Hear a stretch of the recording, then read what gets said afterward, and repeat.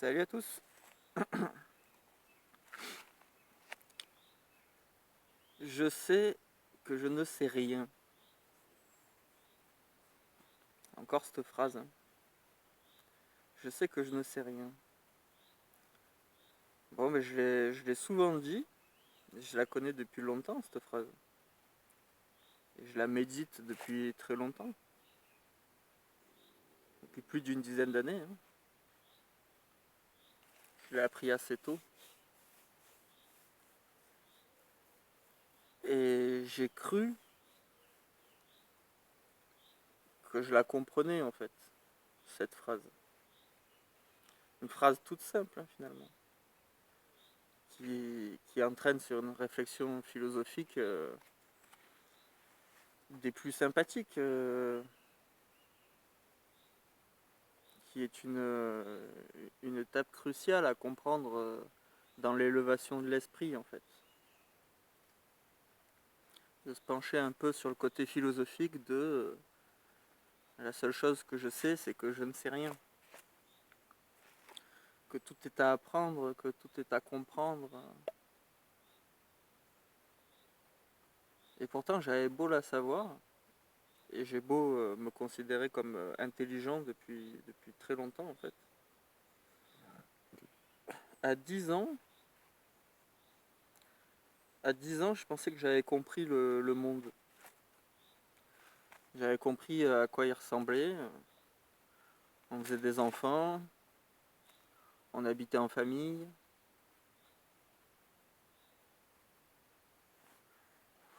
On se regroupe dans notre petit clan, notre petite famille, dans notre petite maison. On obtient un travail pour avoir de l'argent. Et ensuite échanger cet argent contre tout ce dont on a besoin. De l'électricité jusqu'à la nourriture. Et avec tout le reste, on s'amuse. À 10 ans, j'avais compris que la vie c'était comme ça. Ensuite, vers 14 ans, j'ai compris que la vie c'était plus compliqué que ça. Que le travail c'était un peu la galère. J'ai fait quelques stages scolaires où tu es obligé de faire un stage pour te préparer à être un travailleur, quoi. J'avais une meilleure conscientisation des choses, je voyais que ça plaisait pas à mes parents et que c'était tout autant obligatoire. Et qu'il y avait... j'ai rentré la donnée dans mon esprit de... C'est normal par rapport à ma puberté, de la relation au sexe et à l'amour. Du coup, le monde s'est complexifié. J'avais déjà eu quelques flirts. À 15 ans, j'ai ma première copine.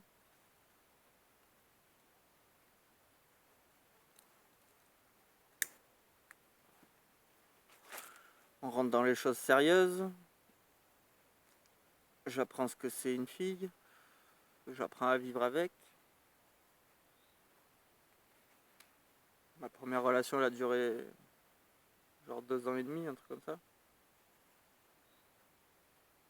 Donc j'arrive à 17 ans. Je me sépare de ma première copine et je comprends mieux le monde, en fait. Je comprends que le travail c'est une arnaque et que l'amour c'est difficile. Que c'est difficile pour tout le monde, en fait. Tu as beau être gentil et désireux d'être en couple, c'est pas pour autant que ton couple va fonctionner, tu vois. Parce que en fait, je suis rentré dans une recherche de moi et une affirmation de mon caractère entre, on va dire, 15 et 18. Ce qui fait que la personne que j'étais quand j'ai rencontré ma copine au début et à la fin de la relation, j'étais plus la même personne. Et ma copine n'était plus la même personne non plus. Donc je comprends qu'on change, je comprends que les vérités qu'on vit sont des vérités tant qu'on reste dans un certain paradigme en fait. À partir du moment où toute ta vie elle change, la vérité des choses elle change aussi. Toi aussi tu changes, tu n'aimes plus les mêmes choses, tu en désires de nouvelles. Et là je me dis, ouais je comprends, je sais bien tout ça. Je suis en train de devenir adulte, je suis en train de devenir la forme finale de l'être que je suis. Alors j'accepte l'évolution en étant persuadé de tout comprendre. Je comprends tout.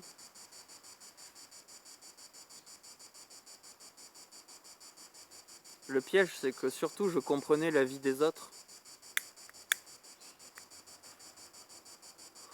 J'avais une bonne capacité d'analyse et d'observation,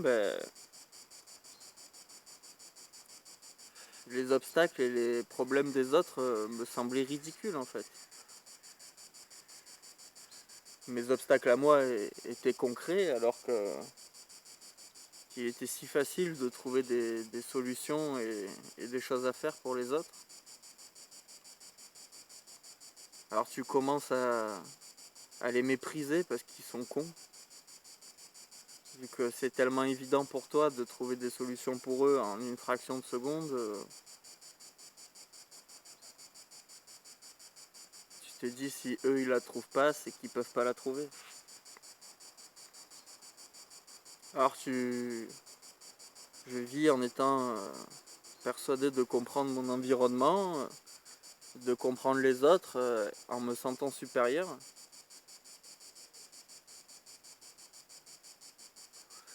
Et là aussi, je pensais que je comprenais tout en fait. Il n'y avait pas de mystère dans la vie. Il n'y avait pas de mystère. Ensuite, je me rends compte que par rapport à disons que le plus gros défaut que j'avais à cette période-là, ce que j'ai mis probablement sur le dos de mes parents, c'est que j'ai été mythomane. J'ai été un vrai mythomane. Le menteur, mais pas le menteur compulsif, anarchique, qui te sort n'importe quoi. Le bon menteur qui connaît bien le schéma des mensonges et qui connaît bien les gens et qui sait bien lire les réactions des gens et qui arrive à embobiner tout le monde en fait. Et je ne mentais que dans un but de m'inventer une vie en fait. Donc mes capacités étaient tellement développées pour moi, étaient complètes et mon expérience de vie était zéro.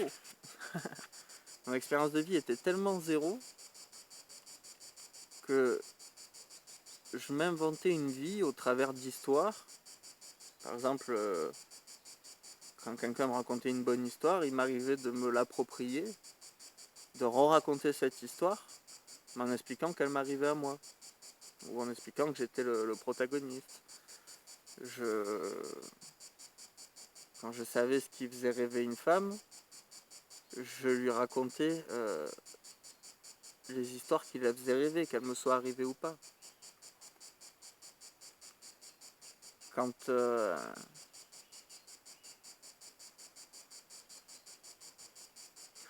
je parlais de moi, je disais que j'étais la personne que je voulais être. Et je ne disais pas que je voulais être cette personne-là. Je faisais comme si j'étais terminé, comme si j'étais complet, comme si j'avais tout compris et que j'avais plus rien à apprendre en fait.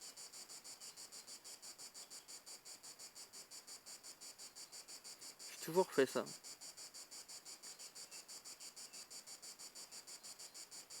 Et là j'arrive à 20 ans en fait et je craque de voir que je suis un mythomane et tellement je me suis dit vas-y arrête d'être mythomane. Et pendant des années j'ai tellement pris l'habitude de raconter ces histoires qui étaient fausses, d'avoir une façon particulière de communiquer en me mettant en avant, ce genre de choses,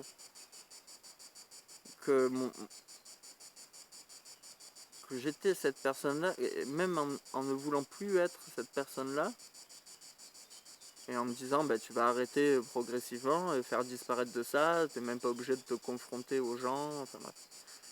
Et en fait c'était trop dur parce que les automatismes étaient tellement ancrés que je mentais et je m'apercevais que j'étais en train de raconter un mensonge pendant que j'étais en train de raconter un mensonge, tu vois, c'était trop tard. Enfin, tu t'arrêtes pas en te disant attends, je suis en train de raconter un mensonge, excuse-moi, je vais reprendre. C'est... Là, tu vis dans ce paradoxe où tu voudrais être la personne qui ne ment plus, mais ça fait 10 ans que tu mens. Ça fait 10 ans que petit à petit tu mens. Mes parents, en fait, dès leur séparation, ont fait un truc hyper malsain. C'est que bah, nous, on vivait un peu avec l'un, un peu avec l'autre, et il fallait pas raconter à l'autre parent ce que le premier parent faisait. Et l'autre parent s'était mis à faire la même technique. Mon père me disait ne dis pas ça à ta mère, ne dis pas que tu as vécu ça, ne dis pas qu'on a fait ça, ne dis pas qu'on fait ci, qu'on fait mi.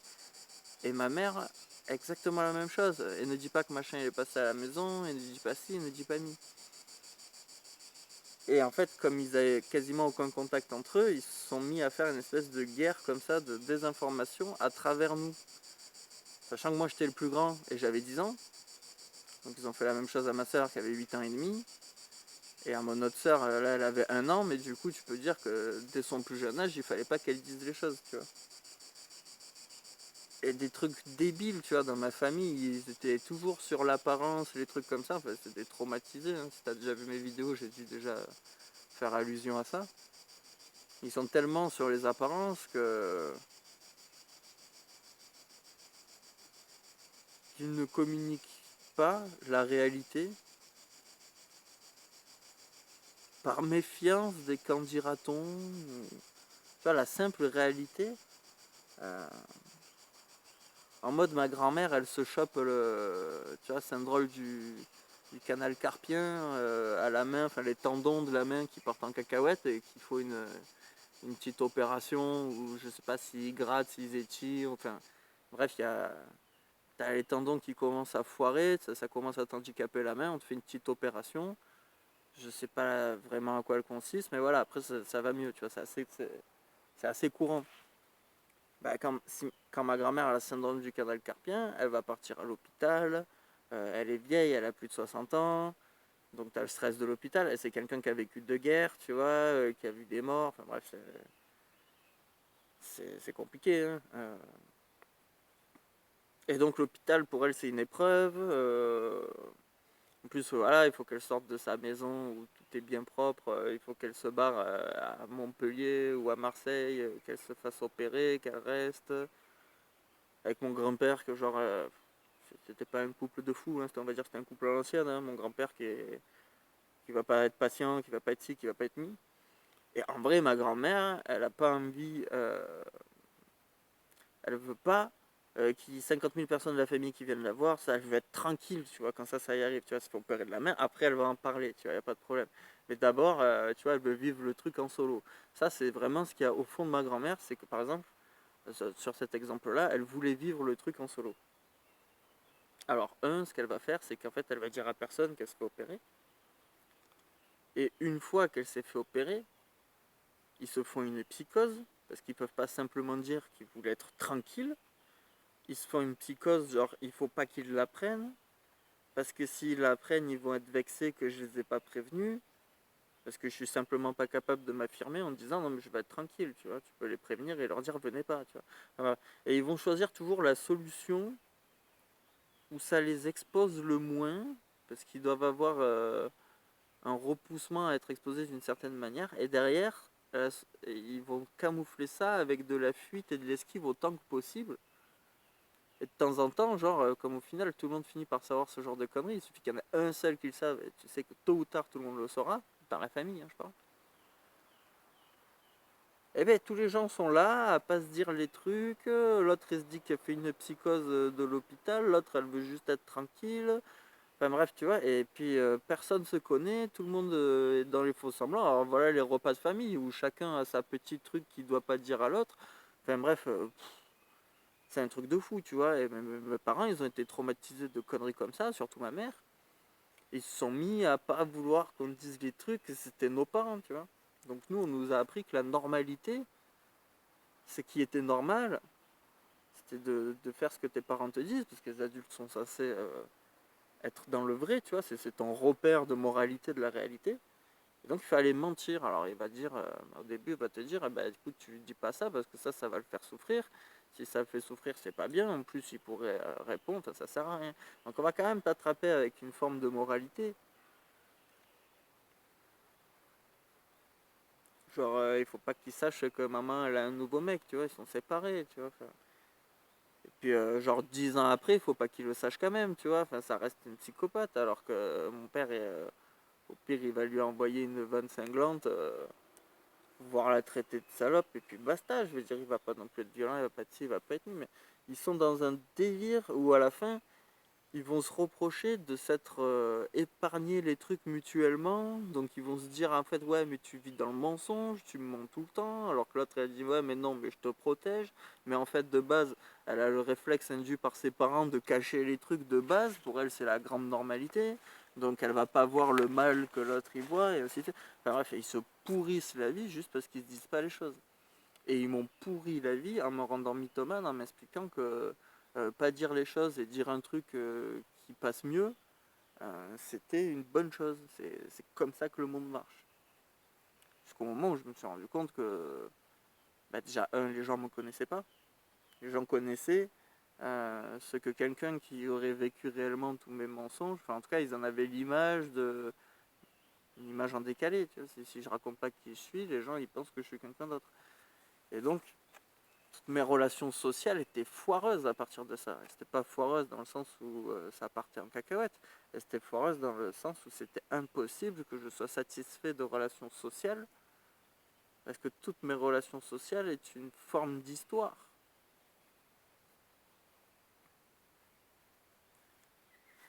Et du coup, la mère de mon premier enfant est enceinte et moi je craque, je lui explique que je suis mythomane, tu vois. J'en ai marre. Je me suis dit, tu vas faire quoi? Genre, elle est enceinte, là vous allez avoir un bébé. Et du coup, enfin, tu vas mentir toute ta vie. Alors, je peux te dire, ça m'a fracassé, hein, j'ai 20 ans là. Je me suis dit, putain, tu vas garder ça toute ta vie, genre, parce que tu vas pas oser dire les choses, tu vois. Et après un sacré moment, tu vois, plusieurs jours en m'obsédant avec cette question, j'ai fait un fameux chéri, faut qu'on parle, bien hardcore, tu vois, la meuf qui est enceinte, tu vois, tu peux pas reculer. Genre te dire ok je le largue basta tu vois elle est enceinte elle a dépassé la date de l'avortement largement tu vois c'était pas prémédité de ma part tu vois c'était le temps que mes putains de nœuds de cerveau finissent par me ruiner mon estime de moi-même tu vois ce que je veux dire et donc à partir de ce moment là j'avoue tout en totalité tu vois genre la totalité mes mensonges toutes les histoires qui sont faux pourquoi je fais ça comment je fais ça faisait très longtemps tu vois c'est là je le dis et j'ai commencé petit à petit, hein, étape par étape, hein, je dis pas dès le lendemain, hein, ce processus-là a pris au moins 2 ans, tu vois. Et je commençais à raconter cette histoire, que j'étais mythomane et que j'avais décidé d'arrêter d'être mythomane, à tous les gens que je connaissais. Par là même, j'ai arrêté toutes les relations qui ne m'intéressaient pas du tout. Et en fait, toutes les relations qui m'intéressaient encore, très peu, hein, je suis redescendu à moins de 5 fréquentations sur toute ma vie. Et voilà, j'aurais tous expliqué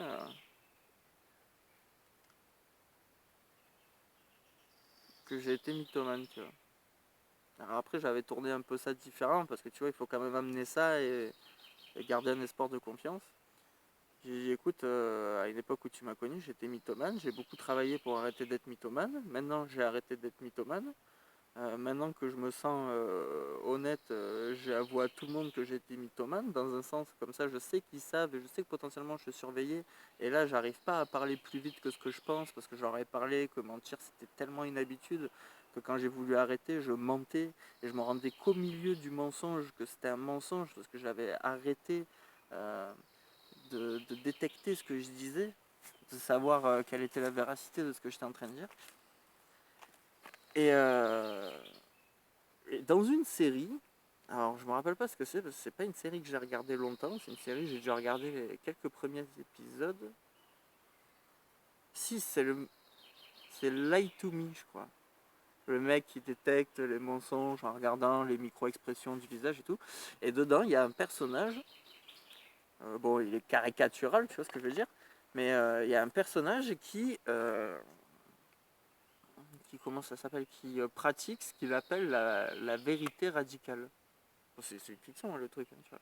Mais le mec s'oblige à dire la vérité et ça va plus loin, tu vois. Il considère qu'un mensonge par omission, c'est un mensonge. Donc après, il y a des moments où c'est tourné exprès comique, mais genre il va voir une meuf et il lui dit j'ai très envie de coucher avec toi, tu vois. Et il dit moi je pratique la vérité, c'est-à-dire là comme j'ai envie de coucher avec toi, il faut que tu le saches. Si tu ne sais pas qu'on se fréquente et que j'ai envie de coucher avec toi, il se considère comme malhonnête. Bon, c'est très très très extrême, mais moi du coup, dans un sens, ça m'a séduit et je me suis dit, dans la mentalité de peut-être pas le mal par le mal, mais pour combattre un problème, il faut au moins se pointer à force égale. Et je te parle d'un problème qui était enraciné en moi sur une période de 10 ans qui représentait la moitié de ma vie, tu vois. De 0 à 10 ans, ça va, de 10 à 20 ans, j'ai été de plus en plus mythomane jusqu'à avoir une vie quasiment composée à 100%, je dirais au moins à 95% de mensonges. Enfin, c'était aberrant, quoi. C'était aberrant. Et même j'ai dû réanalyser certains souvenirs parce que je les avais tellement faussés, je les avais tellement construits, je les avais tellement racontés que sur quelques souvenirs, j'ai eu des doutes de savoir si ça m'est vraiment arrivé ou pas. Ah ouais, c'est hardcore hein, la mythomanie à ce niveau-là. Et donc, je me débarrasse de ma mythomanie et allez, on va dire 22, 23, avec les derniers, tu vois, peut-être que. Puis là, comme toujours, tu vois, ça m'arrive de mentir par intérêt, suivant ci, suivant mi, mais pas dans mes relations intimes, tu vois, amitié, et même à un moment donné, plus du tout, tu vois, je me suis mis à pratiquer l'honnêteté radicale. C'est-à-dire que tout ce que je pensais, je le disais. Si je me trompais, je le disais. Et si j'étais en train de mentir, je m'arrêtais en me disant attends, non, je dis des conneries, tu vois, et je me rattrape. Je me suis forcé à être impeccable et à exagérer le trait. Je me suis forcé à dire des trucs que j'aurais pu très bien garder pour moi. D'ailleurs, aujourd'hui, certaines choses, je vais les garder pour moi, mais à l'époque, les mêmes choses, je me forçais à les dire. C'était voilà un genre de. Une course dans le sens opposé où j'allais me forcer à dire les choses coûte que coûte. Et que les vrais. Tu vois, au lieu de naturellement dire n'importe quoi, je me suis forcé à dire que la vérité. Mais du coup, ça m'a pas. C'est pas genre j'ai dû me taire. C'est d'un coup, j'ai commencé à beaucoup parler. Et, euh, et donc, j'ai réussi à ne plus mentir. Je ne mens plus. Maintenant, ça fait encore quelques années de plus. C'est encore mieux. Hein. D'ailleurs, le regard que j'ai sur moi sur cette époque est c'est assez intéressant de s'observer dans son passé comme ça. D'avoir un jugement neuf, d'être tellement une nouvelle personne qu'à limite on se considère comme une forme d'étranger dans son passé. C'est rigolo. Et donc j'étais persuadé d'avoir tout compris, d'avoir réglé les problèmes avec lesquels j'étais né ou qu'on m'a collé, que j'ai absorbé de mon environnement. Et donc voilà, je savais tout, je comprenais tout et en plus j'avais réglé mes problèmes parce que voilà, comme rien n'était parfait, tout le monde avait du boulot à faire et puis voilà donc voilà, je savais tout, j'avais réglé des gros problèmes comme ça et des petits problèmes. Donc les problèmes que je gardais ne m'empêchaient pas de vivre ou d'être heureux. Ça c'est chacun son équilibre. Voilà, 22, 23 ans. J'avais mon appart, mon boulot et ma fille une semaine sur deux.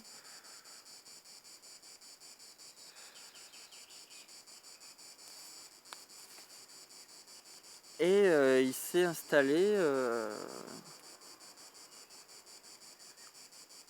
une forme de blase de la vie en fait.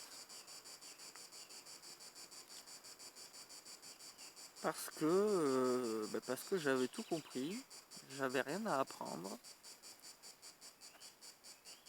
Et comme j'avais occulté tous les problèmes et les risques dans ma vie, avec une grande facilité,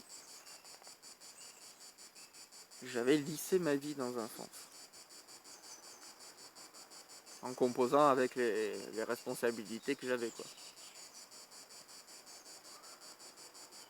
J'étais rentré en mode geek dans un jeu de stratégie pour avoir le social, les interactions sociales et une forme de combat de coq où tu affrontes un autre mec, c'est comme si tu joues aux échecs, tu vois, donc quand tu gagnes, t'es satisfait, voilà.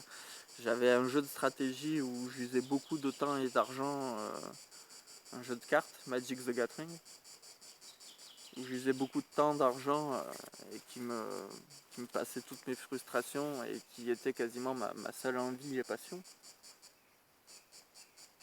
Et voilà, je pensais que j'avais tout compris, tu vois, j'étais accompli.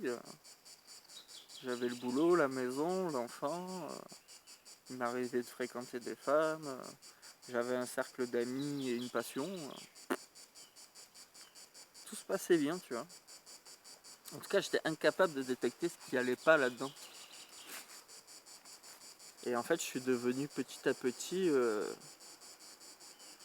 aigri et malheureux, quoi.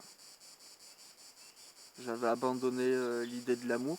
Tu vois, je pensais que j'avais compris les femmes et que, avec mes quelques expériences de couple ratées, la vision des autres couples, je me suis dit ça vaut pas le coup, tu vois. Je me suis dit c'est beaucoup d'énergie, prends ce qui vient, profite et puis te prends pas la tête là-dessus, quoi.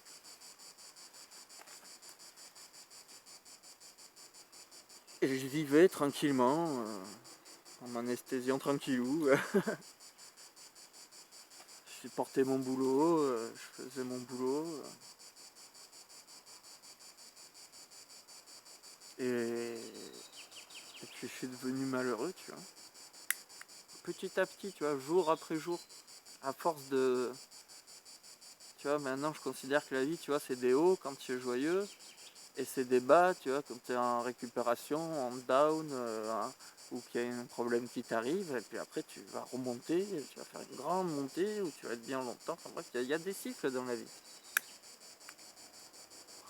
Le monde s'arrange, il y a des cycles, hein, il y a des saisons, il y a ton salaire en début de mois, tout est que des cycles successifs, tu vois. Ta femme, elle a un cycle menstruel, donc elle a des variations, enfin tout est cyclique. Nous aussi, on a un cycle d'humeur qui est beaucoup plus long et qui est beaucoup moins marqué que la femme, donc beaucoup moins de gens qui le comprennent. On comprend quand on est plus grand, quoi, qu'on a expérimenté plusieurs années et qu'on a été assez attentif de son corps, mais l'homme aussi a une forme de cycle. Il y a un moment donné où il a envie de rien, il y a un moment donné où il déborde d'énergie, c'est clair. Tu arrives au printemps, tu vas être stimulé sexuellement, tu vas déborder d'énergie, d'activité, en plus tu vas pouvoir ressortir. Enfin, bref. Il y a plein de cycles comme ça, il faut les comprendre pour bien les prendre. Comme ça, quand c'est des cycles qui montent, tu te synchronises et tu montes comme un ouf. Quand c'est des cycles qui descendent, bon, tu les vois venir, tu les anticipes. C'est le moment où il faut tenter de lisser les choses, mais pas tout le temps, tu vois. À un moment donné, il faut laisser monter, il faut laisser descendre aussi. Et j'avais tellement lissé ma vie que voilà, j'étais devenu aigri, quoi. J'ai du mal à dire que j'étais aigri. J'ai pu le dire que bien longtemps après, quand je l'étais plus. Parce qu'en vrai, je me considérais comme blasé, déçu de la vie. Mais au fond, t'es aigri, t'as perdu. Tu vois, c'est comme si ce que tu manges a pas de saveur, tu vois. C'est ok, tu manges, tu as plus faim après, mais voilà, t'as pas kiffé, tu vois. Si tu te fais un triple salto de trucs bien cuisinés, tu vois. Le repas est tout de suite plus sympa et voilà, faut. En enlevant tous les risques, et toutes les nouvelles choses à apprendre, en pensant que je savais tout, eh ben, j'ai arrêté d'explorer et j'ai arrêté la nouveauté, ce genre de choses. Là où j'ai eu la chance de ma vie, c'est que vers 25 ans, chez des amis, je rencontre l'ami d'une amie qui passe comme ça par hasard. Et puis je suis très attiré par elle. Et puis finalement elle est très attirée par moi et dans la semaine on trouve un moyen de se contacter, de se voir et là je suis encore avec elle en fait. Ça fait plus de 5 ans qu'on est ensemble et le fait d'avoir créé cette relation qui est partie comme les autres relations sur un coup de foudre, mais une relation que j'ai été capable de construire et d'amener à quelque chose qui me rend heureux, bah, c'était la première fois. Et c'est quelque chose qui m'a redonné la foi dans un sens. C'est quelque chose qui m'a redonné envie de croire qu'il y a encore autre chose qui m'attend, tu vois ce que je veux dire? Parce que si ça c'est venu alors que j'étais dans les pires conditions, que j'étais aigri, que j'avais renoncé, que je ne le cherchais même pas, et c'est venu d'une manière tellement naturelle, ça a rechangé ma vie, mais en alignant des centaines de choses dans le bon sens, et des trucs que je rêvais même pas, quoi. Et ben ça m'a redonné foi en me disant mais attends, tu t'es trompé en fait. C'est pas vrai que tu sais tout. Et puis là tu repenses à cette phrase, tu vois, je sais que je ne sais rien. Mais tu la comprends pas. Tu te dis ah je dois être là-dedans, tu vois. Je sais que je ne sais rien. Et puis là je pensais que j'avais compris, que maintenant je savais. Tiens, c'est ça qui est. C'est ça qui est.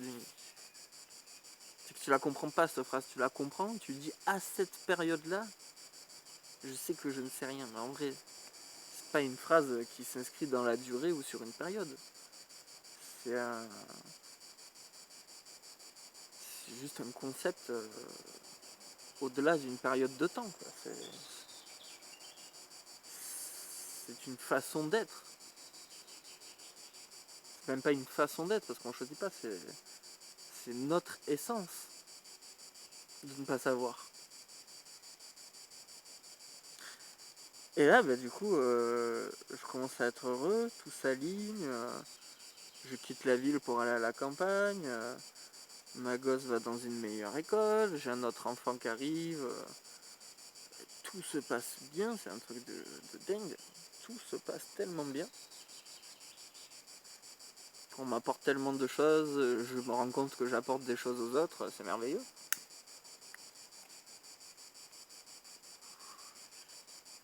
Et après, ça se casse la gueule doucement. Tu vois, tu commences à... Voilà, tu passes la découverte. Tu crois que tu as compris. Et en fait, t'as pas compris. Parce que tu te remets exactement dans ton schéma d'avant. Peu importe ta situation, si tu penses que tu as compris, que tu arrêtes de chercher les nouvelles choses et que tu ne crois pas en l'existence de choses que tu ne connais pas, que tu ne pourrais comprendre, mais qui existent,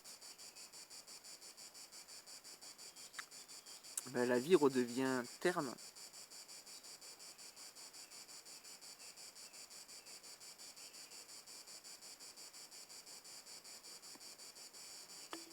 Et pour abréger un peu, je dirais qu'à un moment donné, je me suis rendu compte que c'était pas ce que je faisais ou ce que j'avais. Ça joue, hein, le contexte, hein, mais c'était la façon de voir ce que je faisais, ce que j'avais, et qu'est-ce qui constituait le réel et une expérience de vie. Et c'était pas du tout le contexte, c'était la façon de percevoir le contexte qui décidait si j'étais heureux ou pas.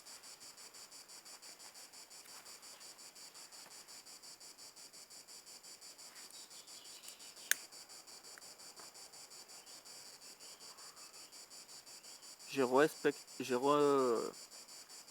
j'ai revécu des moments comme ça où je me suis remis à penser que je comprenais tout. Et je me suis revu décliner sur la joie de vivre du quotidien. À trop calculer l'avenir, à savoir 6 mois à l'avance ce qui va t'arriver. Il n'y avait plus de... Il n'y a plus de magie.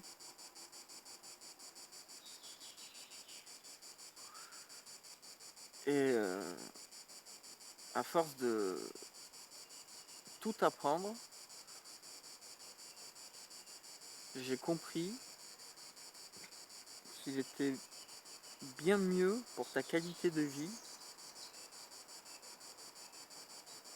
de ne pas tout savoir. Et j'ai même compris qu'il était impossible de tout savoir. Mais comme tout réside dans ta façon de voir les choses, si tu penses que tu sais tout, tu te fais du mal. Ça peut t'aider, mais moi j'ai compris que ça aidait pas en vrai. Ça aide sur du court terme, sur des décisions, mais pas sur la joie de vivre.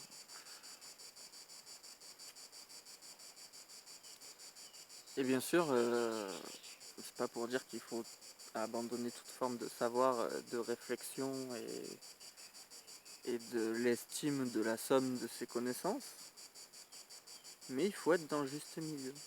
Il faut comprendre que l'on sait ce que l'on sait et que l'on ne sait pas ce que l'on ne sait pas.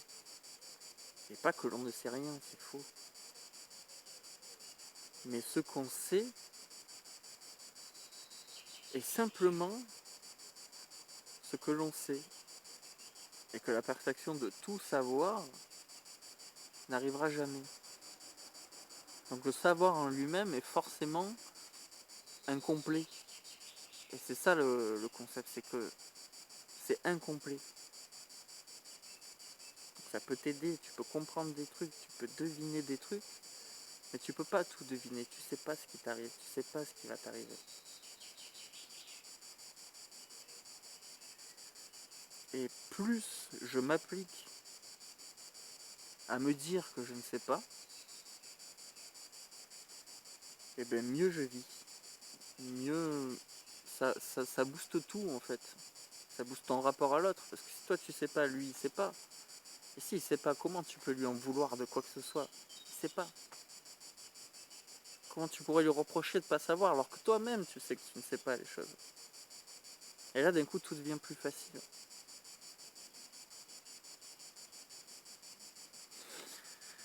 Bon, c'était un peu long. Mais moi ça me fait plaisir. J'espère que toi aussi ça te fait plaisir. C'est ça le problème, c'est qu'elle est trompeuse cette phrase. Je sais que je ne sais rien. On peut se le dire à la première réflexion qu'on a, mais après c'est tout. Non. C'est plus je sais que je ne sais pas tout. Et là ça devient plus digeste et plus assimilable dans le quotidien. Et plus concret j'ai l'impression. Bref, merci à tous.